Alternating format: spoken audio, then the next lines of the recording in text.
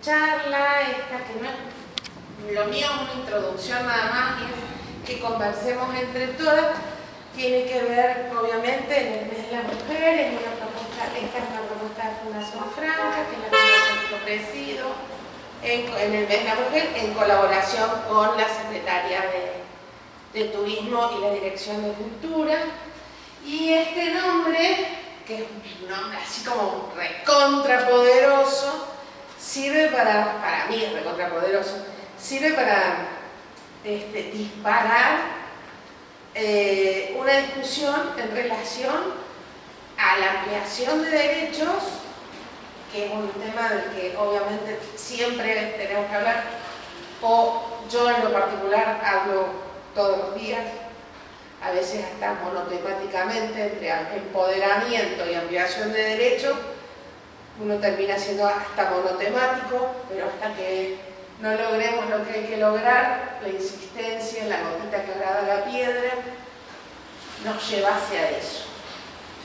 Y encarar esto de la ampliación de derechos y de la perspectiva de género, en diferenciarlo un poco de lo que entendemos como feminismo y de la parte que nos toca como responsables de esta perspectiva de género y de qué hacemos con el patriarcado. Y por eso le puse esto del machismo con falda, porque en algún momento del día, de la frase o de la conclusión que sacamos, las machistas somos nosotras.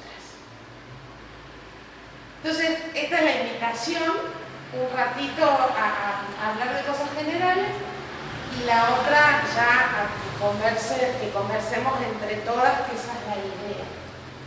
Pasando rápidamente por de qué se trata, o cuál es mi concepto, o uno de los conceptos sobre el 8M, que es una conmemoración obviamente, que tenemos mucho que recordar y que pensar, pero que al mismo tiempo, si bien no es un festejo, sí, para mí es una celebración, celebrarnos las mujeres que somos, las personas que somos, lo que se ha conseguido hasta acá y las ganas que tenemos de seguir consiguiendo cosas, que es lo más importante. Para mí eso hay que celebrarlo. El ser la mujer que somos es algo que hay que celebrar, el ser la mujer que seremos mañana es algo para celebrar, el poder acompañar a otras mujeres a crecer, sin duda es para celebrar. Entonces, para que no se nos caiga todo el pesimismo encima de que la conmemoración es dura, porque estamos hablando de recordar gente que falleció en la mayoría de los casos, de personas que partieron, asesinadas, y volver un poco a que la fecha tiene que ver con la mujer en el ámbito del trabajo. Después se amplía todo el resto de los derechos, pero comenzó en una situación de vulnerabilidad, hablando de personas que no tenían derechos laborales, por eso estaban encerradas como estaban, por eso murieron como murieron. Yo no me quiero ir a la parte oscura, quiero salir de la parte oscura para irnos a pensarnos en el mundo que nos quiere, en el mundo en el que vivimos y que nos queremos vivas en un mundo con equidad y con respeto. Yo llevo adelante en muchos lugares y políticamente un hashtag que es con nosotras, que para mí traspasa lo político partidario para entrar en el mundo de es con nosotras. El mundo es con nosotras, la democracia es con nosotras, la vida es con nosotras. Sin nosotras hay un montón de cosas que sería imposible que existieran, por más que los niños fueran a nacer de donde nazcan, que los hagan en un contenedorcito si quieren, pero es con nosotras, no queda otra. Así que en esto, adelante. Cuando hablamos de ampliación de derechos, la primera parte es recordar cuáles son los derechos fundamentales de todos los seres vivos, y es que son universales, que son inalienables, que son interdependientes e indivisibles y que no son discriminatorios. Pero, hace tan poquito que las mujeres tenemos estos derechos que ahí comienza la reflexión de la cosa. Hasta hace 75 años atrás, las mujeres no teníamos derechos como mujeres ni como personas. De hecho, las mujeres no estaban consideradas personas. 75 años. Ayer a la tarde. Entonces, cuando comienza la discusión sobre por qué repetimos las frases y decimos todas y todos, hombres, mujeres y niñas, mujeres, adolescentes y niñas, cuando le sumamos el todes o las diversidades y las juventudes, las niñeces, no es por una moda de lenguaje ni porque se nos ocurre, es porque la única forma de que algo tenga derecho es nombrarlo como objeto. No sé por qué estás ya sentado solo. Sí, no sé. Bueno. Porque soy hombre, capaz. Nosotras somos amplias. En la ampliación de los derechos puede venir, César. Claro, su hermano.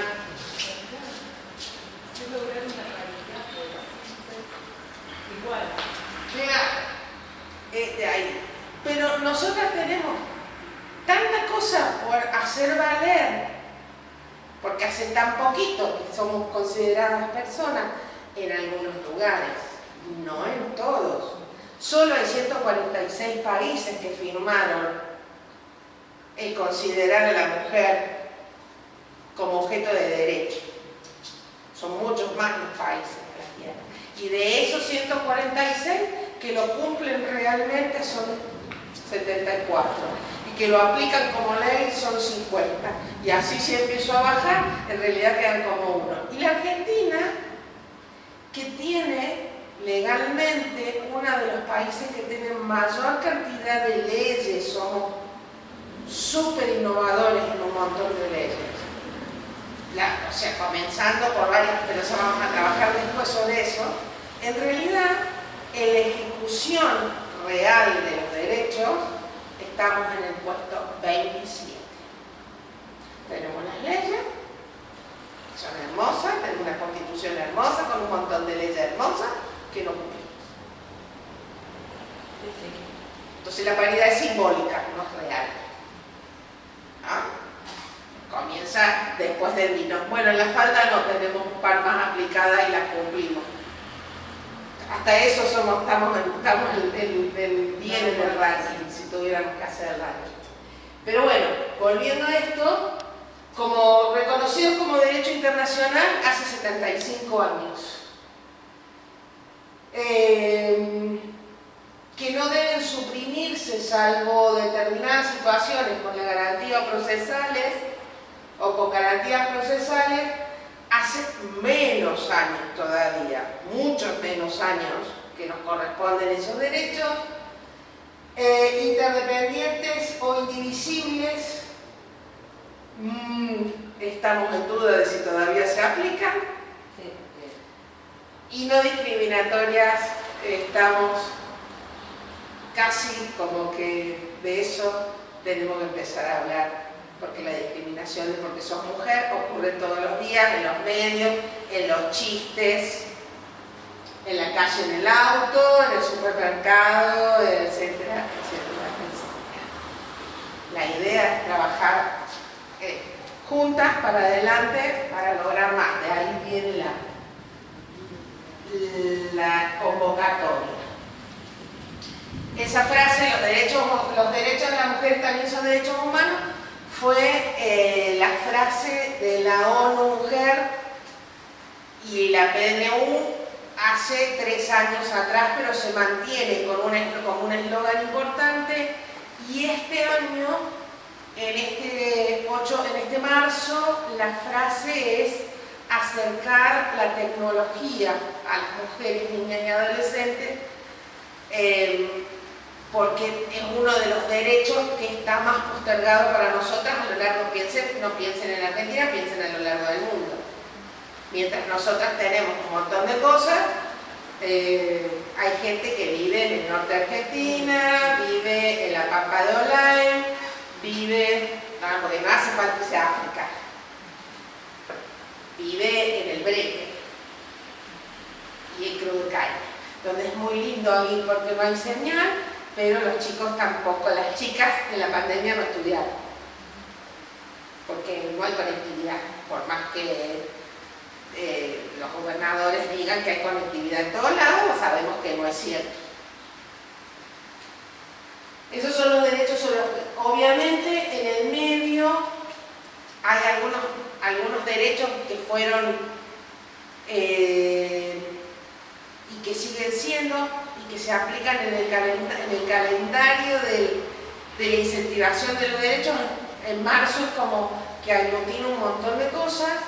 Y después, a lo largo del año, tenemos diferentes calendarizaciones para decir, bueno, cuando hablamos de cáncer, cuando hablamos de la salud reproductiva, cuando hablamos de la no violencia, ¿no? Porque si no, es como tan intenso que todo el tiempo hablemos de todo al mismo tiempo. Este es como global de todos los derechos de los que hablan. Esa es una pequeña síntesis de por qué se habla de perspectiva de género, y la incorporación de la frase perspectiva de género como enfoque es recién desde el 95. Si teníamos derecho desde hace 75 años, hablar de perspectiva de género desde el 95, yo no había nacido. Sí, claro. ¿Viste? Pero se rieron o no en la parte del GAPS. Yo decía, ahora se tienen que reír. En la parte que hago yo. De stand-up. De stand-up, claro.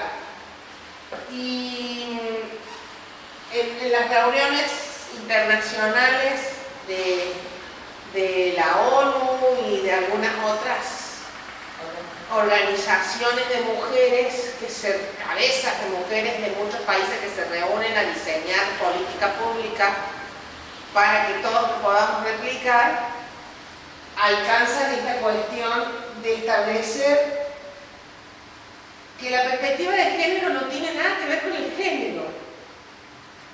La perspectiva de género tiene que ver con la forma en la que miramos las cosas. Hablar de perspectiva de género no es es porque la vemos las mujeres, es porque la cabeza que diseña la perspectiva tiene una mirada integral llena de detalles que se escapan a la mirada lineal de la política de gobierno y se va a ampliar en una base donde hay derechos, emociones, conservación, ambientalismo y mirada hacia el futuro e inclusión. Esos componentes son los que hacen que la perspectiva de género sea la mirada del futuro y nos sacan de esta cuestión del patriarcado donde todo es heterodoxo, de la forma lineal, blanco-negro, hombre-mujer, estructura. Del binario, claro. La perspectiva de género es una perspectiva que atraviesa todos los temas, pensando en que hay un montón de colores en todos los temas. Entonces, cuando se establece una contra la otra, no pasa por de quién es el género del que habla, ni cuál es su elección sexual, ni con qué genitalidad nació. Pasa por la mirada amplia de abarcar esta multitudinaria cantidad de colores y de variables a tomar en cuenta. Y cuando se opone o se contrapone con la mirada del patriarcado, en esto que decíamos, el patriarcado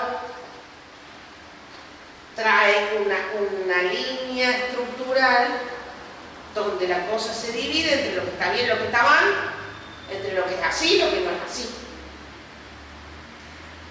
Que no es una invención nueva, que la otra vez hablábamos, Martín, ¿te acordás? La semana pasada, de que no es que los hombres se levanten y digan, ja, hoy voy a hacer mal y golpear mujeres, ¡pam! Sale del pan. No es que un hombre salió de la cueva un día y dijo, hoy fundaré el patriarcado. Y agarró un garrote y salió a romper piedras, mujeres y dinosaurios. Claro, no funcionaba así. Tuvo que ver con que, de alguna manera, se fueron acomodando las fortalezas y las debilidades y la competencia entre unos y otros y la estructura política que fue creciendo de una comunidad chiquita, donde en realidad la que más poder tenía era la que sabía curar, pero resulta ser que la que sabía curar no traía la comida, y resulta ser que como morían más rápido los varones que las mujeres, los más codiciados eran los varones porque eran quienes fecundaban y entonces podía haber niños. Entonces había una codicia acerca de eso y se fue complejizando. Después las comunidades empezaron, por ejemplo, a decir que las mujeres debían mantenerse ocultas mientras menstruaban. Entonces las apartaban. Entonces, en los lugares a donde había las comunidades en la historia, no empezaron a ser patriarcados, eran matriarcados. ¿Hasta cuándo? ¿Se acuerdan? Fueron matriarcados. Vikingos eran matriarcados. ¿Quién es la figura que habla de qué? Sí, ¿quién casi que caiga Babilonia?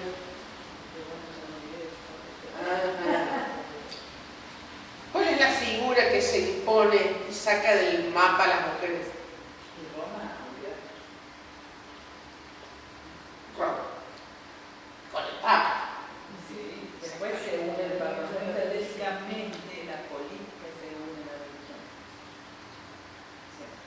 Porque en realidad, para los judíos, dijéramos, es bueno o malo, era un matriarcado, donde la figura, pero sale una estructura social, religiosa y política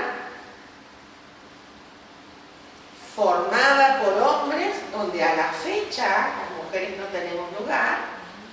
Y Dios hablaba con los hombres. Y Dios hablaba con los hombres. Claro, yo estaba por decir eso, acaba de decir eso. Dios solo hablaba con los hombres. No queremos cambiar a nadie religioso, pero era así.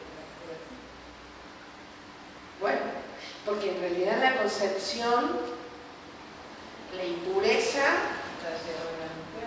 El pecado. entonces imagínense si estamos hablando de algo, ¿de cuántos siglos estamos hablando? Una barbaridad de siglos, una cantidad increíble de tiempo de esa estructura armándose, como si dejáramos, como si fuera sarro que recubre, ¿no? Recubre ese sarro, esa cosa de metal, esa piedra, y va creando y se fosiliza. Entonces, esa estructura que tiene siglos y siglos y siglos de creencia, es bastante difícil romperla en 20 años. Por más que hay mujeres y hombres que intentan romperlo hace bastante más, porque feministas en 1700 ya había, que se jugaron el todo por el todo. Claro, y en el 1300 también las quemaron por brujas. Y en 1100 las quemaron antes. La ventaja que tenemos hoy, dentro de todo, es que las hogueras están prohibidas. Sí. Digo, si alguien sabe que no están prohibidas, avísenme, porque capaz que tengo que correr. Pero esa es más o menos la idea. Entonces, cuando hablamos de patriarcado, nosotros también somos parte de esa estructura. Y tenemos la misma cantidad de sarro, por más que no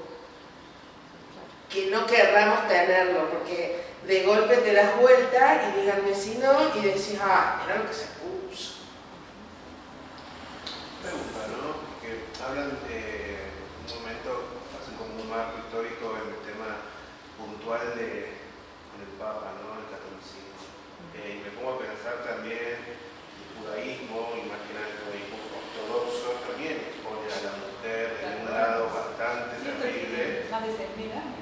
Claro, sí. No sé si comparto esto que estaban hablando de que, no sé si escuché bien, ¿no? Del matriarcado judaico, que no sé si fue tan así. No, fue sí. en principio. En Luego principio, fue ajá. en principio. Ah, Luego no. Luego no. Lo que pasa es que se divide desde que estaba Abraham, que era el padre de la religión, con Sara, que eran todos iguales, hasta que se crea después de la base, la piedra, el paisaje, el censo. Y de ahí empieza la religión cuando sí, se entiendo perfecto.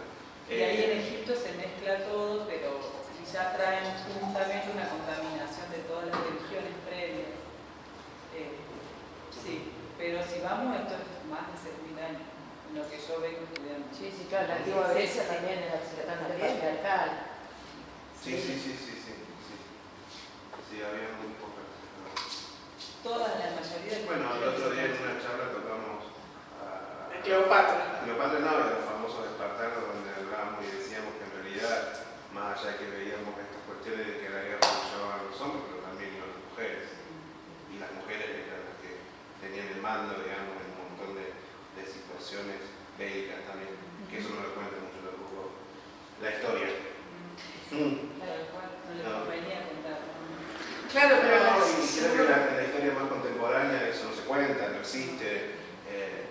A ver, yo te digo, como he estudiado 4 años de historia, no fui profesor, pero bueno, me faltaron unas materias. Pero había un profesor que nos hacía leer una antigüedad de África, donde comentaba que la Sudáfrica de antes, ¿no?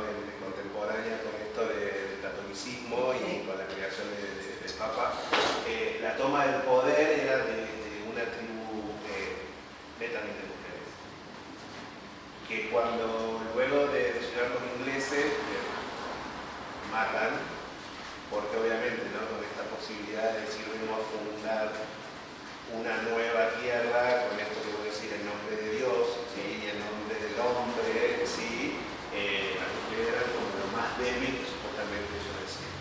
Entonces esas historias están buenas porque uno las puede buscar en internet y salen, en general no se cuenta, no se habla, y está, y existió, y es concreto, y se puede buscar, en internet existen, hay mucho, hay demasiada investigación de mujeres que han hecho historia en ese momento de la historia mundial. No tan solo el trabajo. Bueno, pero ahora hay como una vuelta, ¿no?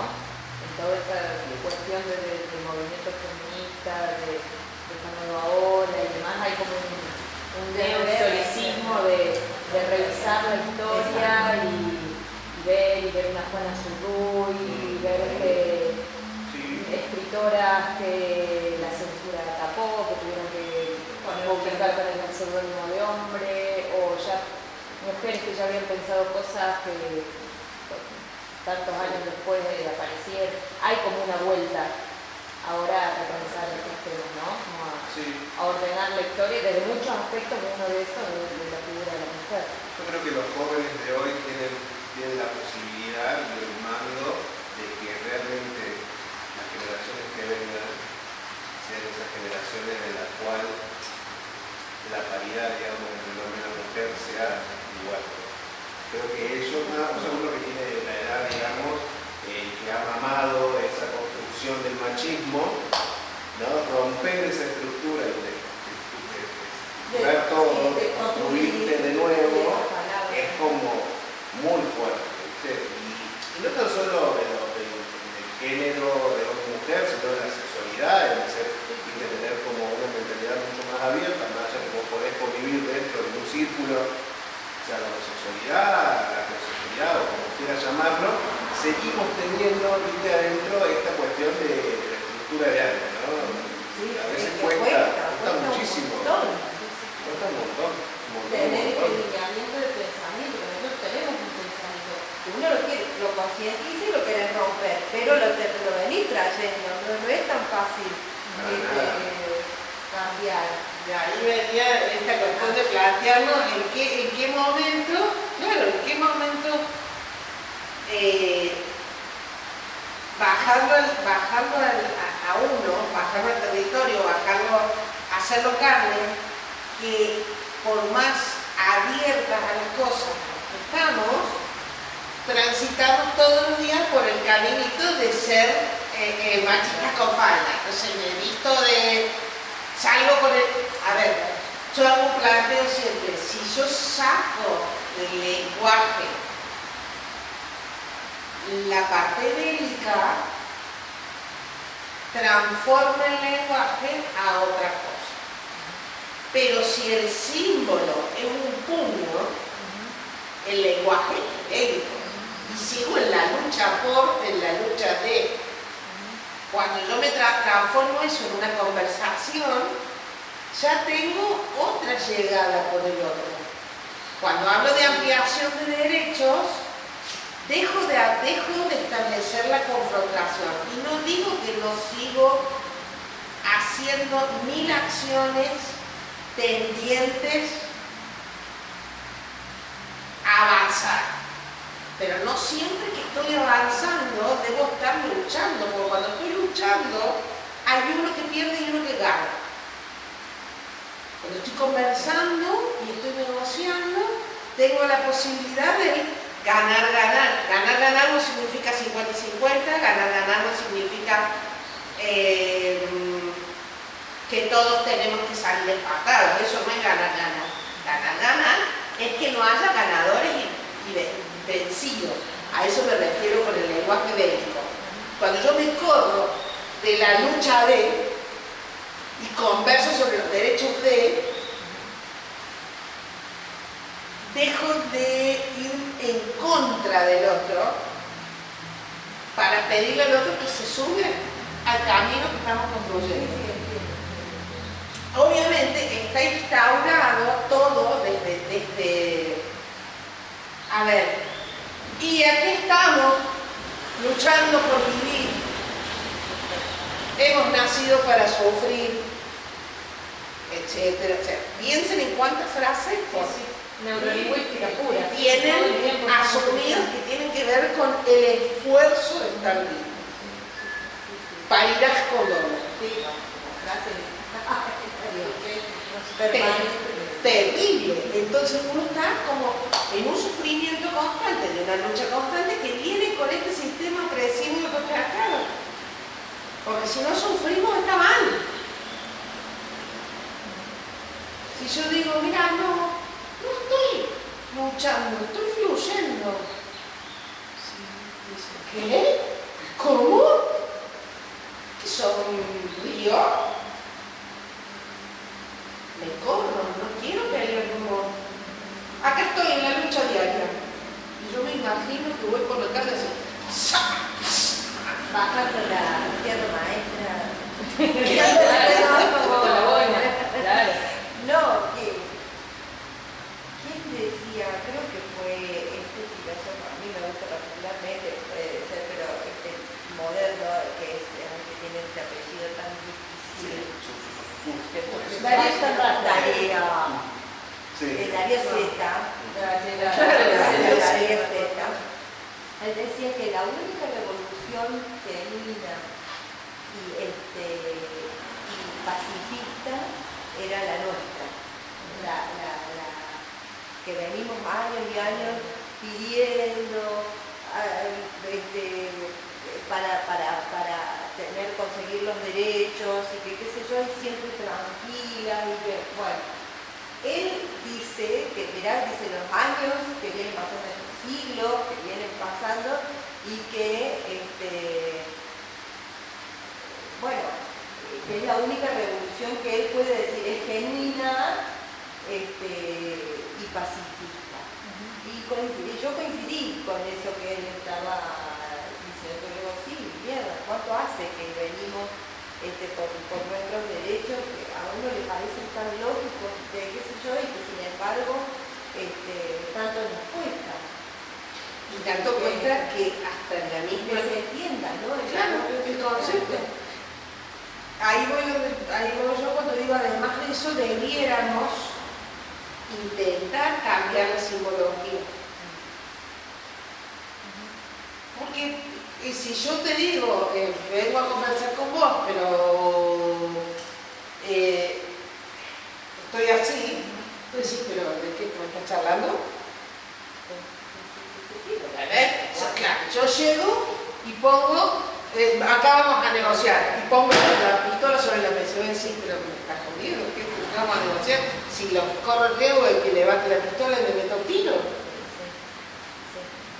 ¿No? Esa misma cosa, que también hay momentos en los que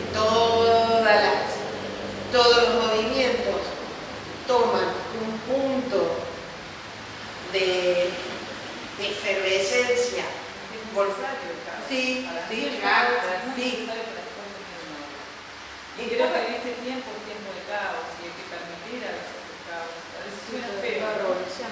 claro, pero es que hay, por ejemplo, el derecho de los trans, o de toda la expresión de la sexualidad. De todas las disidencias. Claro, como vos decís, es necesario un poco, o hasta la excesiva mostrarse, por ejemplo, a veces se muestra de un caos